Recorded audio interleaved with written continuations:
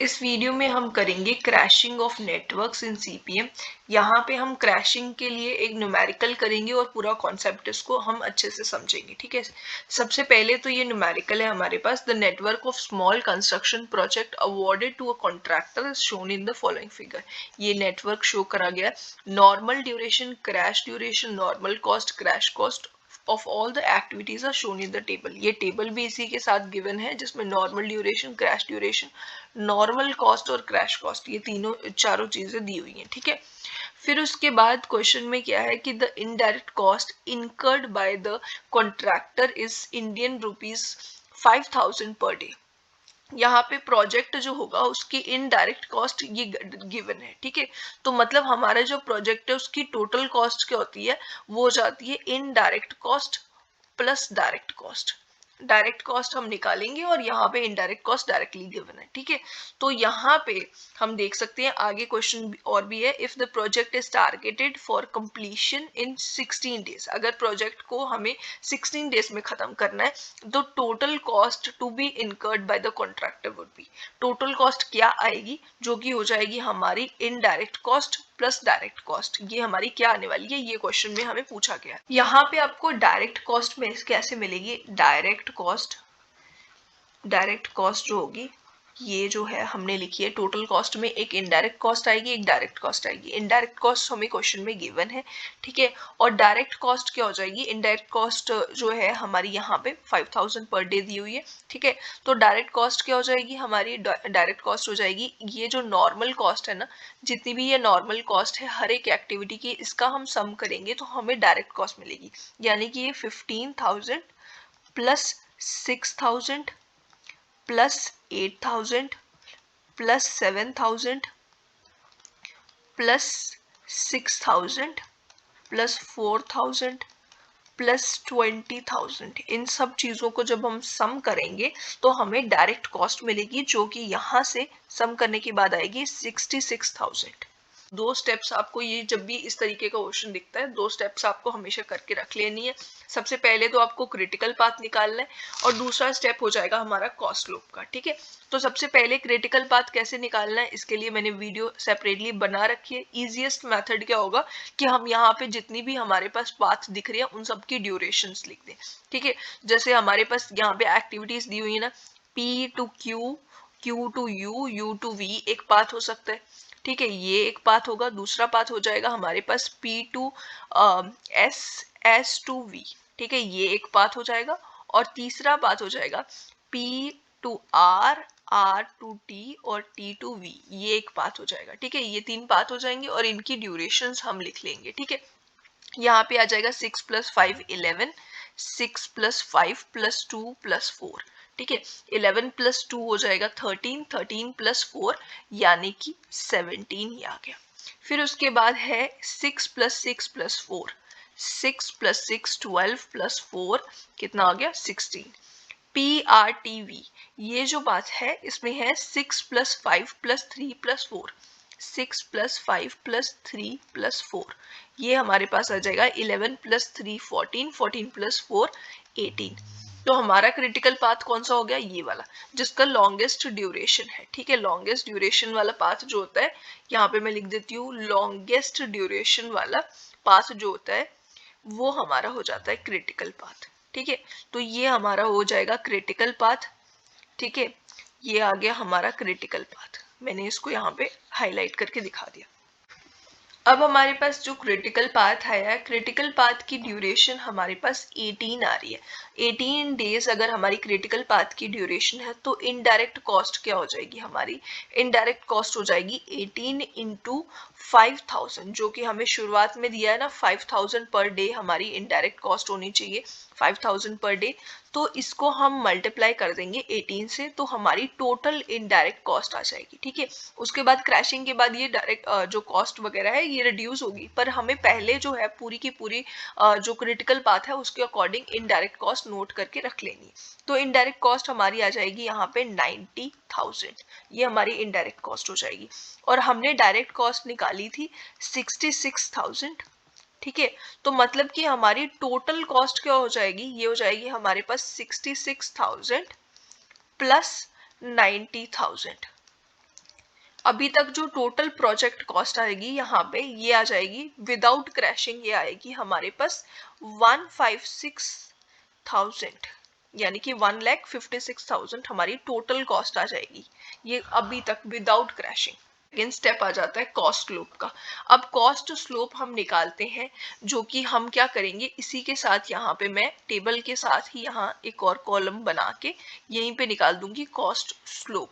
ठीक है, यहाँ पे लिखेंगे हम कॉस्ट स्लोप। पहले तो कॉस्ट स्लोप होती क्या है हम ये समझ लेते हैं। कॉस्ट स्लोप क्या है, हम अगर सपोज हमारे पास कोई एक्टिविटी है, उसकी हमने मतलब पूरे प्रोजेक्ट की सपोज हमने 1 यूनिट से ड्यूरेशन कम करनी है, तो हमारी जो हर एक एक्टिविटी के लिए निकालते हैं ना कॉस्ट स्लोप, हर एक एक्टिविटी के लिए हमारी कितनी एक्स्ट्रा उसकी कॉस्ट आ जाएगी। मतलब 1 यूनिट अगर हम डिक्रीज करें, जैसे कि यहाँ पे डेज में दिया हुआ टाइम, तो 1 यूनिट टाइम हम डिक्रीज करेंगे तो उसके बाद कितनी कॉस्ट हर एक एक्टिविटी की बढ़ती जाएगी। ठीक है, सपोज 1 डे हमने इस प्रोजेक्ट में डिक्रीज करा, तो जो इस वाली एक्टिविटी की कॉस्ट स्लोप होगी, सपोज यहाँ पे अगर 500 200 सपोज मान लीजिए 200 हमारी कॉस्ट स्लोप आ जाती है, तो इसका मतलब अगर हम 1 डे डिक्रीज करते हैं ड्यूरेशन एक्टिविटी की, तो 200 इस वाली एक्टिविटी की, मतलब अगर प्रोजेक्ट की हमने 1 डे ड्यूरेशन कम करी है, तो इस वाली पर्टिकुलर एक्टिविटी की जो कॉस्ट होगी 200 कॉस्ट और बढ़ जाएगी। ठीक है, तो ये होता है कॉस्ट स्लोप। और कॉस्ट स्लोप का हमारे पास फॉर्मूला होता है कि कॉस्ट स्लोप हमें कैसे निकालना है। कॉस्ट स्लोप का फॉर्मूला हो जाएगा, जो हमारे पास मैक्सिमम होगा ना, कॉस्ट स्लोप हो जाएगा जो चीज मैक्सिमम होगी उसको मिनिमम से सब्ट्रैक्ट करना है। तो यहाँ पे क्रैश कॉस्ट है, क्रैश कॉस्ट और नॉर्मल कॉस्ट, क्रैश कॉस्ट ज्यादा आएगी। ठीक है, तो क्रैश कॉस्ट हो जाएगी 2500। ठीक है, यहाँ पे मैं फॉर्मूला लिख रही हूँ, पहले फॉर्मूला लिख देती हूँ फिर उसके बाद हम सॉल्व करेंगे। तो यहाँ पे आ जाएगा crash cost minus normal cost, ये डिवाइडेड बाय जो चीज मैंने बोला जो ज्यादा उसमें से कम को माइनस करना है। ज्यादा क्या है, normal duration, normal duration duration minus crash duration, crash duration कम होगी। ठीक है, ये हमारे पास है। तो हर एक एक्टिविटी का इस तरीके से हमने कॉस्ट स्लोप निकालनी है। यहाँ पे फर्स्ट एक्टिविटी के लिए आ जाएगा 2500 25,000 माइनस 15,000 डिवाइडेड बाय 6 माइनस 4। ठीक है, ये हो जाएगा ना।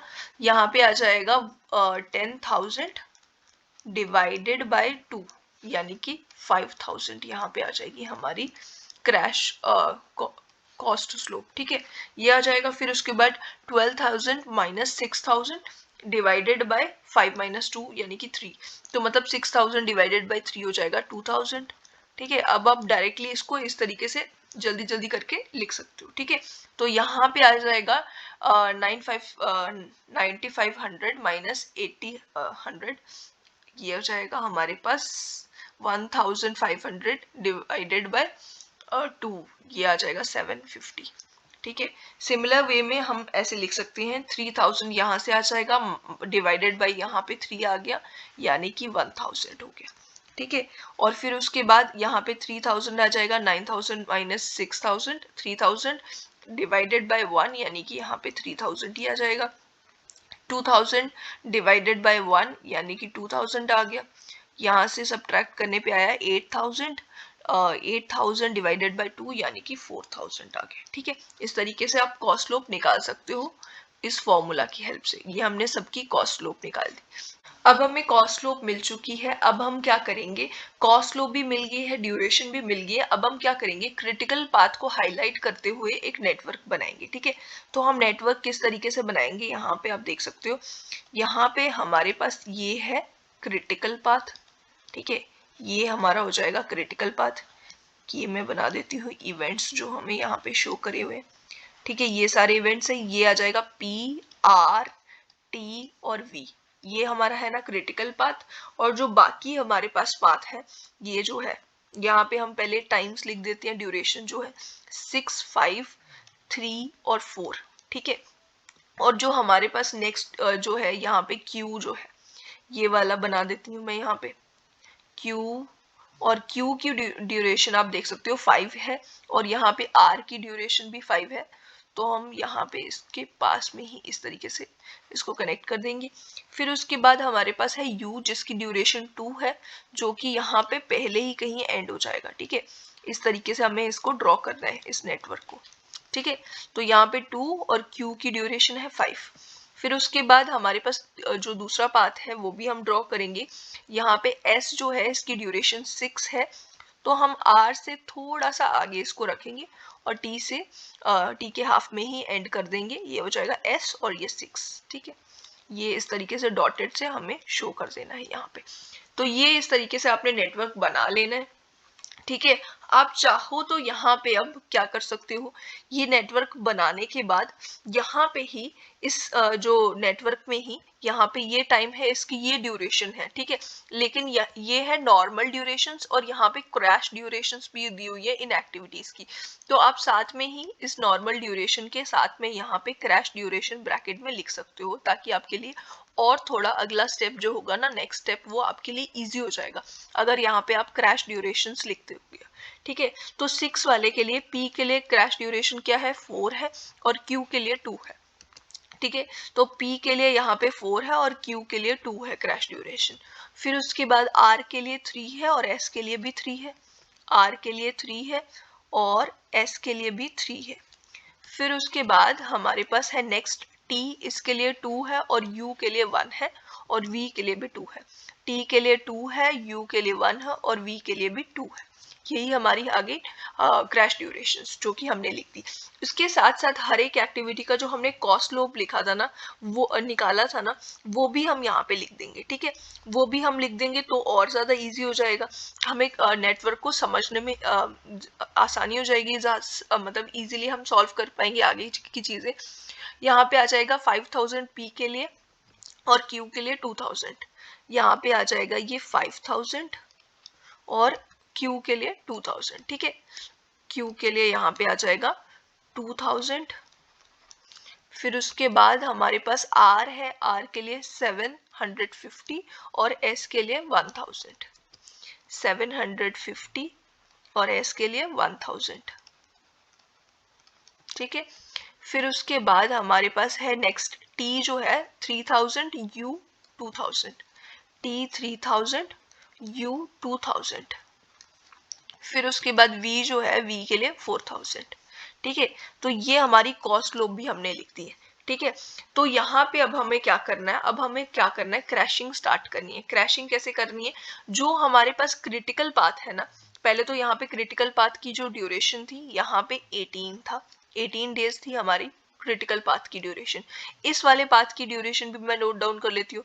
यहाँ पे 6 + 5 11, 11 + 2 11 + 2 13, 13 + 4 13 + 4 = 17। ठीक है, ये आ जाएगी। और इस वाले पाथ की क्या आ जाएगी, 6 + 6 12, 12 + 4 यहाँ पे आ जाएगा 14, 12 + 4 16, सॉरी। ठीक है, तो ये हमने यहाँ की इन दोनों पाथ की भी ड्यूरेशन लिख दी है। अब हम क्या करेंगे, क्रैशिंग कैसे करेंगे, जिस वाली एक्टिविटी का मिनिमम कॉस्ट लोप होगा वो उस वाली एक्टिविटी को हमने क्रैश करना है क्रिटिकल पाथ में से। क्रिटिकल पाथ हमारे पास जो है, क्रिटिकल पाथ ये वाला है।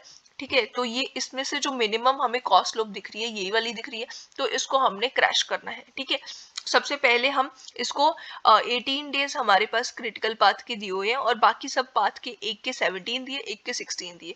ठीक है, तो यहाँ पे हमें लिखा था, क्वेश्चन में दिया हुआ था कि 16 डेज तक हमें इसको प्रोजेक्ट को कंप्लीट करना है। तो हम अगर देखें तो यहाँ पे 18 से हम 16 डेज तक हम इसको लेके जा सकते हैं क्रिटिकल पाथ को, मतलब पाथ जो है हमारा टोटल जो होगा उसको हम 16 डेज तक लेके जा सकते हैं। लेकिन जैसे ही हम 18 से 1 यूनिट कम करेंगे ना, यहाँ पे आ जाएगा 17 डेज। और 17 डेज आने के बाद ये दोनों पाथ जो होंगे, ये दोनों पाथ क्रिटिकल पाथ बन जाएंगे। ठीक है, तो उसके बाद हम डायरेक्टली ये नहीं कर सकते कि दोनों के लिए मतलब 2 यूनिट से इस वाले को ही क्रैश कर दें, इस एक्टिविटी को, ऐसा नहीं कर सकते।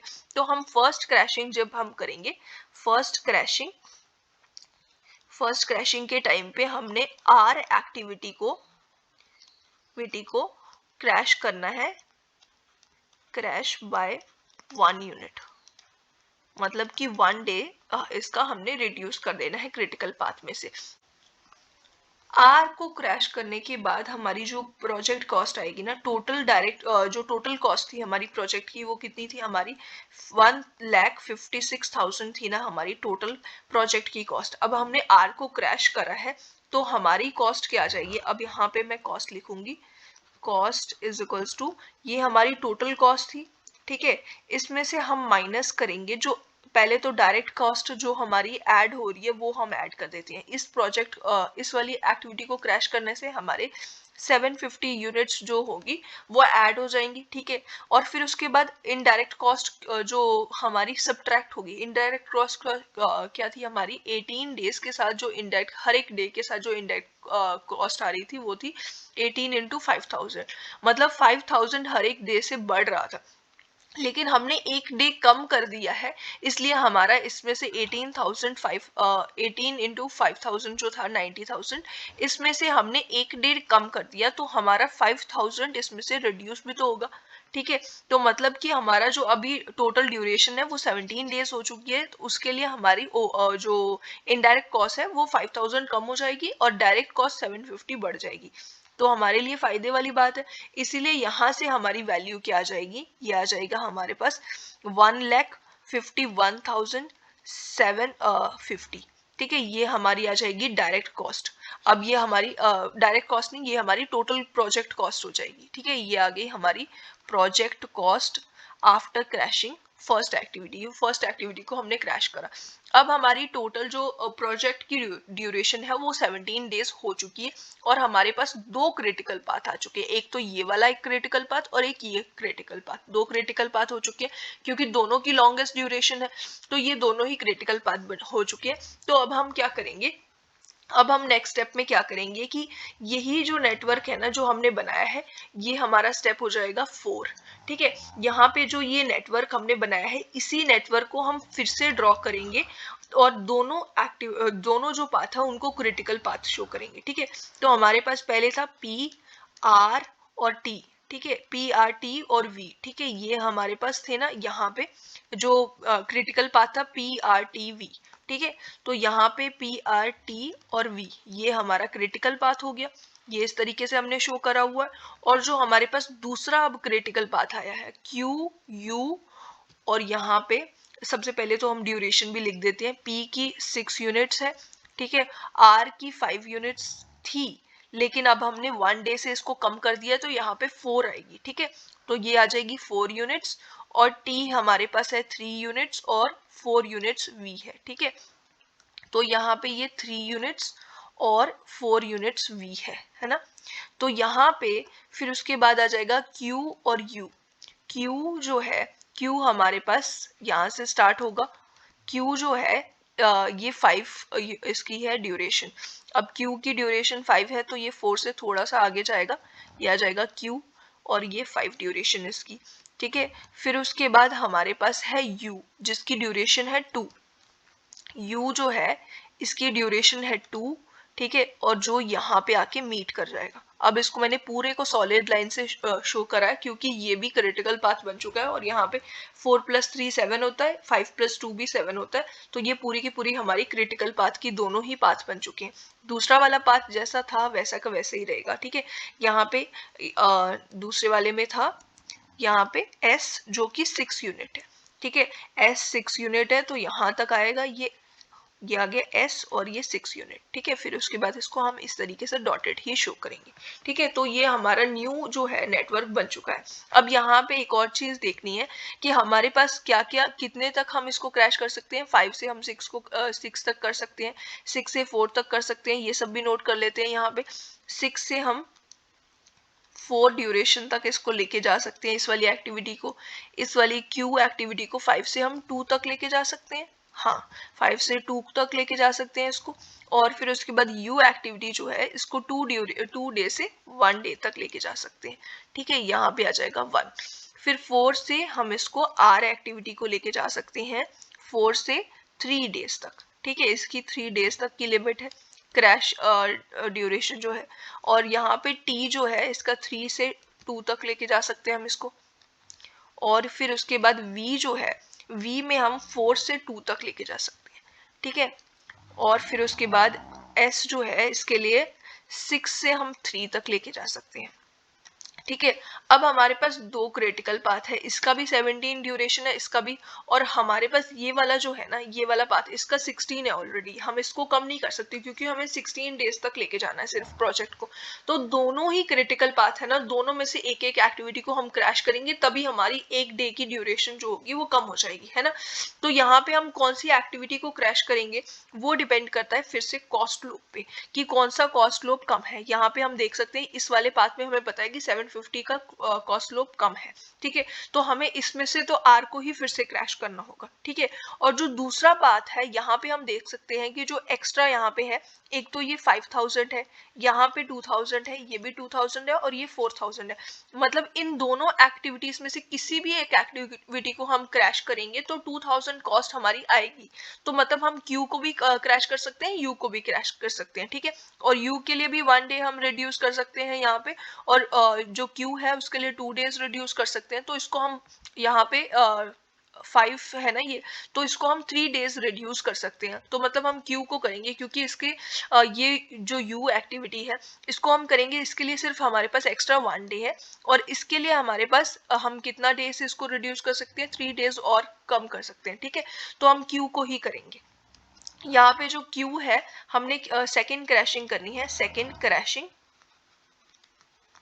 क्यू के लिए क्यू, एंड इसके साथ साथ हम क्यू के साथ साथ अब आर को भी करेंगे, क्यू को भी करेंगे और आर को भी, Q and R by 1 unit, दोनों को क्रैश करेंगे। और कितना इसकी वजह से ड्यूरेशन जो होगी, कॉस्ट हमारी क्या आ जाएगी, प्रोजेक्ट कॉस्ट, प्रोजेक्ट कॉस्ट क्या आएगी हमारे पास, जो पहली प्रोजेक्ट की कॉस्ट बनी थी एक डे क्रैश करने से, 1,51,750, यहाँ पे आया था 1,51,750, ये हमारी कॉस्ट आई थी प्रोजेक्ट की कॉस्ट, ठीक है। तो ये हमारी कॉस्ट आई थी। अब इसमें से क्या करना है हमें, क्यू और आर जो है उसको 1 यूनिट कम करा, तो इसकी वजह से क्या हुआ, यहाँ पे हमारी जो कॉस्ट लूप है, क्यू की आर की हमें पता है 750 है, और क्यू की क्या है, क्यू की है 2000, ठीक है। तो 2000 ये सारी इनको हमने 1 डे कम करा है ना, जिसकी वजह से क्या होगा कि इसकी कॉस्ट लूप जितनी हमें दी हुई है उतनी ही हमारी यहाँ पे कॉस्ट बढ़ जाएगी। दोनों एक्टिविटी की ड्यूरेशन कम करने से इतनी बढ़ गई हमारी 750 और 2000 बढ़ गई। और माइनस क्या हो गया, अब हम एक ही डे कम कर रहे हैं ना, दोनों एक्टिविटीज का हमने एक एक डे कम करा, लेकिन ओवरऑल तो हमने एक ही डे कम करा। तो हमें यहाँ पे 1 डे की हमने जो कॉस्ट आनी थी इनडायरेक्ट कॉस्ट, वो हमें रिड्यूस करनी है सिर्फ 1 डे की, मतलब 1 into 5000 हमें रिड्यूस करना है। इनडायरेक्ट कॉस्ट जो थी 5000 पर डे थी, अब हमने 1 डे ही रिड्यूस करा है, तो हम 1 into 5000 कर देंगे यहाँ पे, ठीक है। तो हमारी ये आ जाएगी प्रोजेक्ट कॉस्ट, जो कि यहाँ पे हो जाएगी 1,49,500, ये हमारी आ गई टोटल प्रोजेक्ट कॉस्ट।